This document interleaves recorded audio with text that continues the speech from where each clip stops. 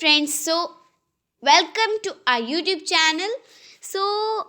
Today we are going to start a new chapter, that is transportation in plants and animals. So let's begin. Here we know that organisms need food, water and oxygen for their survival. हमें पता है कि जो organisms होते हैं उन्हें जीने के लिए food, water और oxygen की ज़रूरत होती है. These substances are transported to various parts of the body. ये जो substances हैं ये various parts body के बहुत सारे हिस्सों में ट्रांसपोर्ट होते हैं. जो वेस्टेज जो होते हैं ऑर्गेनिजम्स से प्रोड्यूस जो होते हैं वेस्टेज, वो बॉडी में से रिमूव हो जाते हैं. जो ये वेस्टेज जो होते हैं ये ट्रांसपोर्ट होते हैं बॉडी के एक एरिया में जहाँ ये कलेक्टेड हो जाता है और बाद में बॉडी में से रिमूव हो जाता है. ये एक प्रोसेस है सब्सटेंसेस के मूवमेंट का एक लोकेशन से दूसरी लोकेशन तक एक ऑर्गेनिज्म में. इस प्रोसेस को ट्रांसपोर्टेशन कहा जाता है. यूनिसेलुलर ऑर्गेनिजम्स होते हैं जो उनमें ट्रांसपोर्टेशन जो होती है वो बहुत ही इजी होती है. यहाँ पर दो सिंपल प्रोसेसेस हैं, डिफ्यूजन और ऑस्मोसिस, जो कि डिफरेंट सब्सटेंसेस की मूवमेंट में हेल्प करते हैं. और मल्टी सेलुलर ऑर्गेनिजम्स में क्या होता है कि जो उनकी बॉडी के डिफरेंट पार्ट्स होते हैं वो डिफरेंट फंक्शंस परफॉर्म करते हैं. कौन से प्रोसेस के लिए? ट्रांसपोर्टेशन प्रोसेस के लिए. Okay, so then however they stay connected, वो फिर भी कनेक्टेड रहते हैं पार्ट्स, और जो उनको रिक्वायर्ड मटेरियल होता है जबकि बॉडी में से अनवांटेड मटेरियल हट रहा होता है. सिंपल प्रोसेसेस डिफ्यूजन और ऑस्मोसिस जो सिंपल प्रोसेसेस हैं वो सफिशिएंट नहीं होते हैं ट्रांसपोर्टेशन के लिए, क्योंकि वो बहुत टाइम लेते हैं ऐसे केसेस में. प्लांट्स में जो वाटर और मिनरल्स होता है सॉयल में से वो रूट खींचती हैं और डिस्ट्रीब्यूट कर देती हैं लीव्स में और प्लांट के कुछ और हिस्सों में. सिमिलरली इसी तरह जो फूड है लीव्स ने जो बनाया है, प्रिपेयर किया है, वो डिस्ट्रीब्यूट होता है प्लांट के दूसरे हिस्सों में. ट्रांसपोर्टेशन इन प्लांट्स में जो फूड होता है, वाटर होता है, मिनरल्स होता है, कार्बन डाइऑक्साइड होती है, ऑक्सीजन होती है, जो कि ट्रांसपोर्ट होती है, और उसी को इस नीचे दिए हुए टेबल में समराइज किया है, वो हम अब पढ़ेंगे. So let's start. Food prepared by leaves sent to other parts of the plant. जो फूड की लीव्स की तरफ से बनाया गया है, प्रिपेयर किया गया है, वो प्लांट के अदर पार्ट्स में सेंट होता है, मीन्स डिस्ट्रीब्यूट होता है. Water and minerals from roots sent to other parts of the plant. जो वाटर एंड मिनरल्स होती हैं जो कि रूट्स की तरफ से खींची जाती हैं, जो रूट्स खींचती है सॉयल में से, वो भी प्लांट के दूसरे पार्ट्स में डिस्ट्रीब्यूट होता है. Carbon dioxide from atmosphere absorbed by leaves for photosynthesis. जो कार्बन डाइऑक्साइड होती है वो लीव्स जो एटमॉस्फेयर से एब्जॉर्ब करती हैं, किसके लिए? फोटोसिंथेसिस प्रोसेस के लिए. Okay. Oxygen from atmosphere absorbed bye all parts of the plant for respiration. जो ऑक्सीजन होती है एटमॉस्फेयर से एब्जॉर्ब की जाती है प्लांट्स के पार्ट के लिए, रेस्पिरेशन प्रोसेस के लिए. Okay. Transportation of water and minerals. Plants जो होते हैं ऑब्टेन करते हैं वाटर और मिनरल्स को सॉयल में से. ये किसकी मदद से हो पाता है? सॉयल में से वाटर और मिनरल्स को लेना किसकी मदद से पॉसिबल है? रूट्स की मदद से. ओके. जो रूट्स होती हैं ना, उनमें रूट हेयर्स होते हैं जो कि इंक्रीज करते हैं एब्जॉर्प्शन, वाटर और मिनरल्स के एब्जॉर्प्शन एरिया को बढ़ा देते हैं. जो वो एब्जॉर्ब्ड वाटर और मिनरल्स होता है वो ट्रांसपोर्ट होता है प्लांट के दूसरे अलग हिस्सों में. कौन से नेटवर्क से? ट्यूब्स. वो ट्यूब्स कौन सी होती हैं? उसे क्या कहते हैं? उसे कहते हैं जाइलम. XYLEM, xylem. जो जाइलम होता है वो ट्रांसपोर्टेशन में हेल्प करता है वाटर एंड मिनरल्स की. ओके. ये जो नेटवर्क है पाइपलाइंस का, ये ब्रिंग करता है water to your house from the water purifying units. Okay, there is a separate network of tubes and transport food from leaves to the other parts of the plant. यहाँ पर अलग अलग networks हैं tubes के जो कि transport करते हैं फूड लीव्स से दूसरे पार्ट्स में प्लांट्स के. This network is called phloem. Phloem जो होता है प्लांट्स के अंदर प्रेजेंट होता है वो किस में हेल्प करता है? ट्रांसपोर्टेशन में. किस चीज़ की? फूड की, लीव्स से प्लांट के दूसरे पार्ट्स में. Okay, so xylem and phloem thus make up the conducting tissues of a plant. जो xylem और phloem होते हैं वो क्या बनाते हैं? कंडक्टिंग टिश्यूज बनाते हैं प्लांट के. Okay, they are also called vascular tissues. जो एक्साइलम और फ्लोइम जो टिश्यूज बनाते हैं उन्हें वेस्क्यूलर टिश्यूज भी कहा जाता है, as they are present in structures called vascular bundles. क्यों उन्हें वेस्क्यूलर टिश्यूज क्यों कहा जाता है? क्योंकि वो प्रेजेंट होते हैं एक स्पेशल स्ट्रक्चर में जिसे वेस्क्यूलर बंडल्स कहा जाता है. कंडक्टिंग टिश्यूज प्लांट के कौन से होते हैं? प्लांट के कंडक्टिंग टिश्यूज होते हैं जाइलम और phloem. Xylem transports water and minerals and phloem transports food. Phloem जो है वो फूड ट्रांसपोर्ट करता है. Okay, now transportation in plants. Transportation is the evaporation of water molecules. जो ट्रांसपोर्टेशन होती है वो वाटर मॉलिक्यूल्स की इवेपोरेशन होती है. किसकी फॉर्म में? वाटर वेपर की फॉर्म में. From the plant surface, plant के सरफेस से, specially from stomata on it's leaves. कहाँ से? स्पेशली कहाँ से?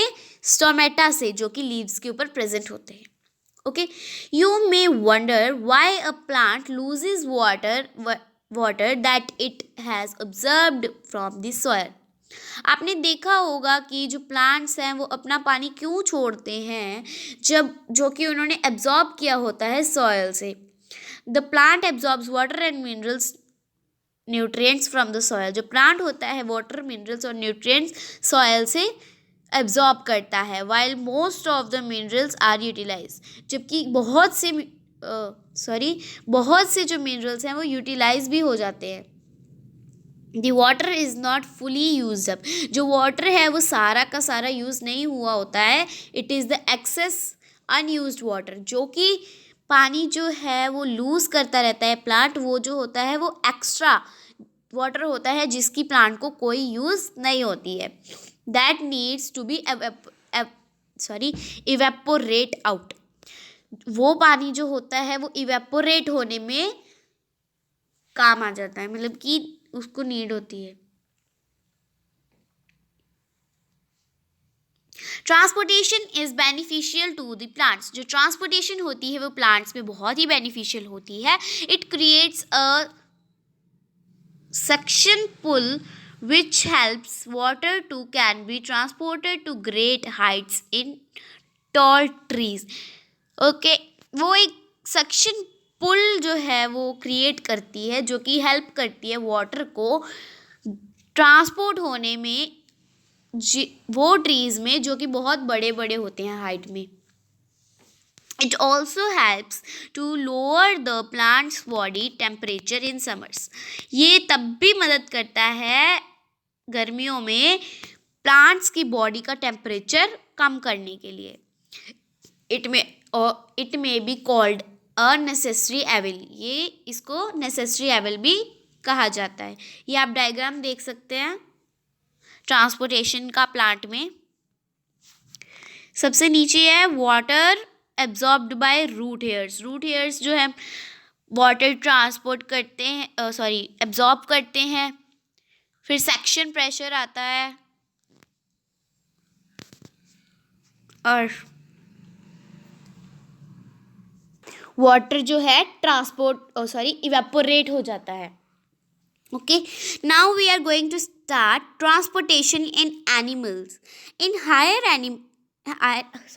In higher animals, including human beings, there is a circulatory system in transportation of different substances. बड़े बड़े एनिमल्स और ह्यूमन बीइंग्स में सर्कुलेटरी सिस्टम होता है ट्रांसपोर्टेशन सिस्टम के लिए डिफरेंट सब्सटेंसेस का, और वो इंक्लूड होते जो सर्कुलेटरी सिस्टम है उसमें इंक्लूड होता है digestive system, digested food, oxygen, carbon dioxide, excretory waste, etc. The circulatory system in the higher animals consists of the heart, blood vessels, and blood. Let us discuss them in detail now. जो circulatory system होता है बड़े animals में, उनमें heart होता है, blood vessels होती हैं और ब्लड होता है। चलिए इसके बारे में हम डिटेल में पढ़ते हैं। फर्स्टली आप डायग्राम देख सकते हैं यहाँ पे। Now heart, we read about heart. The heart is a hollow muscle. जो हार्ट है वो एक होलो मसल है in the middle left of the left chest के मिडल में होता है ये हार्ट, जो कि पंप करता है ब्लड को बॉडी के डिफरेंट पार्ट्स में। A muscular wall called septum, एक मस्कुलर वॉल है जिसको सेप्टम कहा जाता है, जो डिवाइड करती है हार्ट को लेंथ वाइज लेफ्ट और राइट साइड से।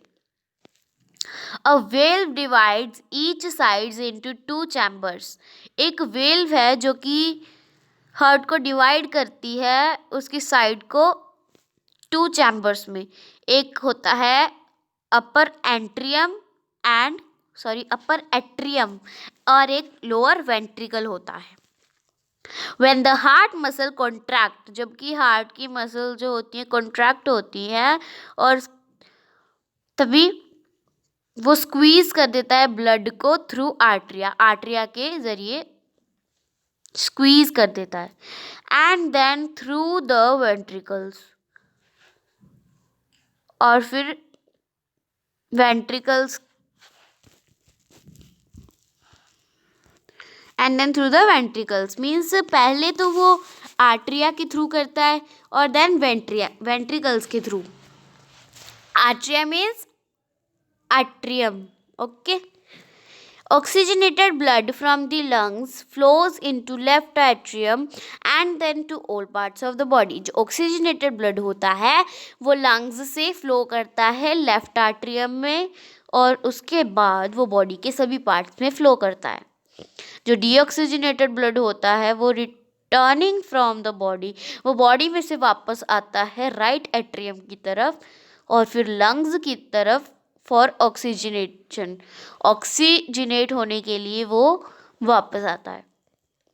Okay, now we will read about blood vessels.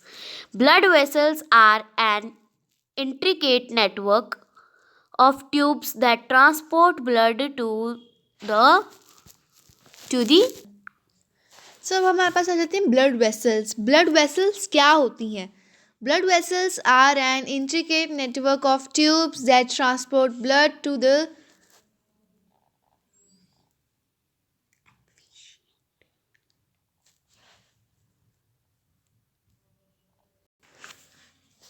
Entire body. जो ब्लड वेसल्स होती हैं वो एक नेटवर्क होता है ट्यूब्स का जो क्यों ब्लड को ट्रांसपोर्ट करता है सारी बॉडी में। blood moves to all parts of the body through these blood vessels. अब जो ब्लड होता है वो इन्हीं पाइप्स के थ्रू सारी बॉडी में मूव करता रहता है। Blood vessels are of 3 types. Blood vessels जो हैं वो 3 टाइप्स की होती हैं। फर्स्ट है arteries, then veins and then capillaries. अब हम इन सब के बारे में डिटेल में पढ़ेंगे। आर्टरीज क्या होती हैं? Arteries carry oxygen rich blood. Arteries क्या कैरी करती हैं? जो ऑक्सीजन में रिच ब्लड होता है, यानी कि वो रेड ब्लड सेल्स वाला, फ्रॉम द हार्ट से to all other parts of the body, सारी बॉडी के अलग अलग पार्ट्स तक। As blood flows through the arteries at a high pressure. जो ब्लड होता है वो आर्टरीज में हाई प्रेशर से फ्लो करता है। They have thick elastic walls. अब आर्टरीज में कौन सी वॉल्स होती हैं? थिक होती हैं, मोटी मोटी वॉल्स होती हैं। The arteries branch out into smaller tubes. अब जो आर्टरीज हैं उनकी भी स्मॉल स्मॉल ब्रांचेज होती हैं जिसको हम कैपिलरीज बोलते हैं। When they enter the different organ of the body, जब वो डिफरेंट ऑर्गन्स में चली जाती हैं बॉडी के।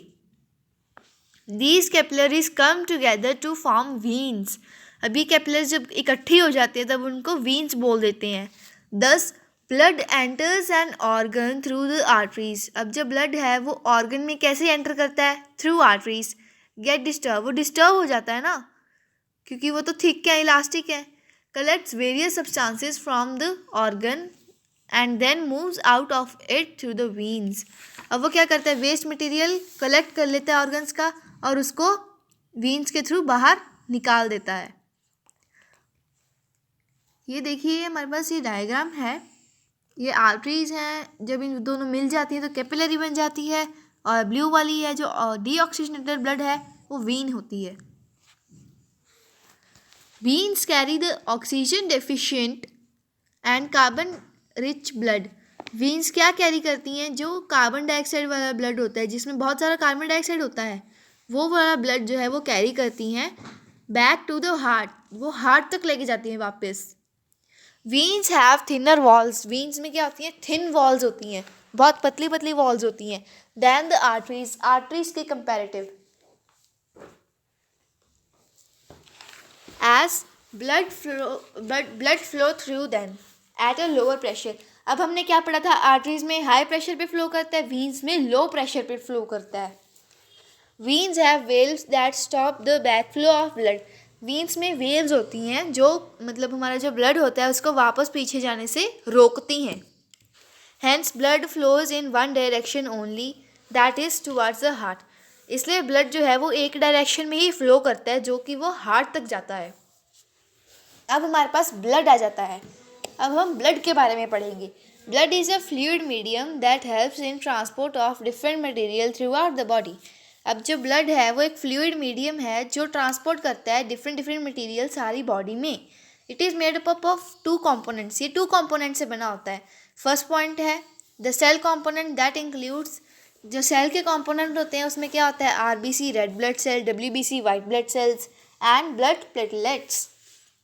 और सेकेंड पॉइंट है हमारे पास the liquid component called the blood plasma. इसमें लिक्विड कंपोनेंट होता है जिसको हम ब्लड प्लाज्मा बोलते हैं।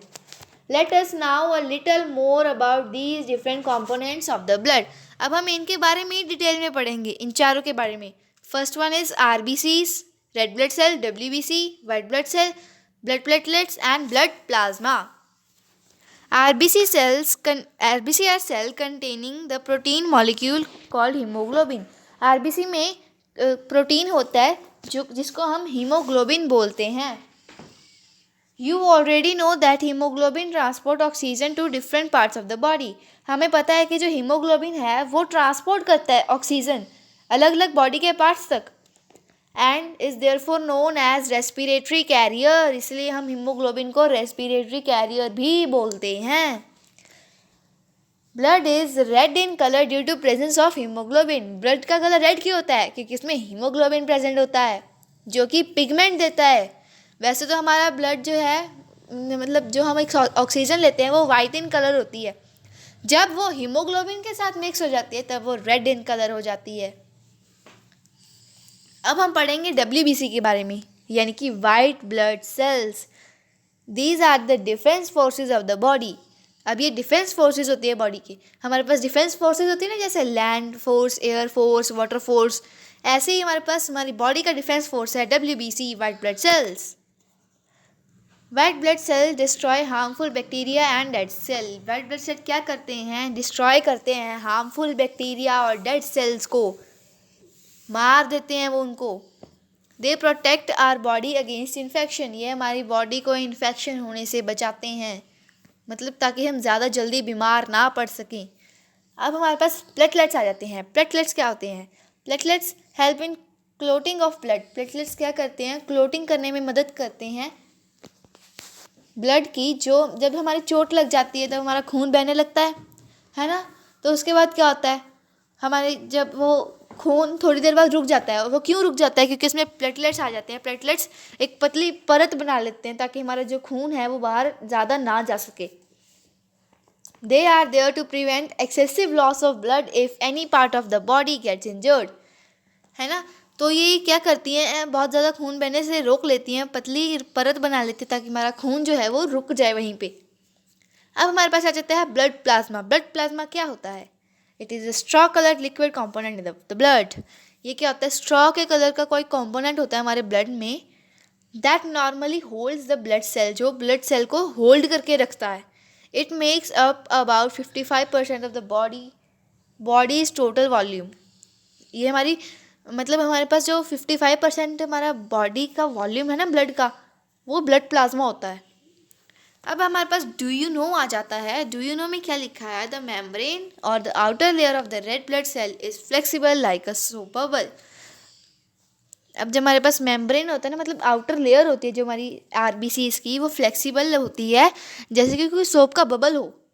It can bend itself in many direction without breaking.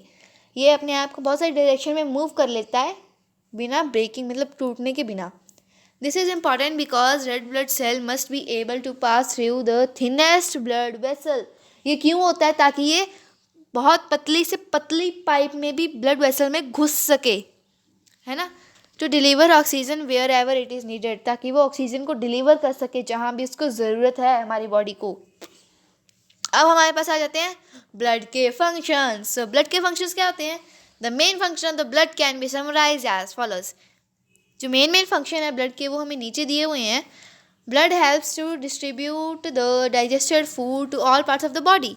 जैसे हमने पढ़ा था, ऐसी मतलब हमने पढ़ा था जब जो हमारा जो प्लांट है वो फोटोसिंथेसिस के प्रोसेस से अपना खाना लीव्स तक पहुंचा देता है, ऐसे ही जो हमारा ब्लड है वो हमारा जो डाइजेस्टेड फूड होता है, जो उसमें प्रोटीन्स होते हैं, वो हमारी बॉडी में पूरी डिस्ट्रीब्यूट कर देता है। अब हमारे पास सेकेंड पॉइंट आता है सर्कुलेशन ऑफ ब्लड। ब्लड का circulation also help in maintain of the body temperature. ये हमारा बॉडी के टेम्परेचर को मेंटेन रखने में बहुत ज़्यादा ज़रूरी होता है।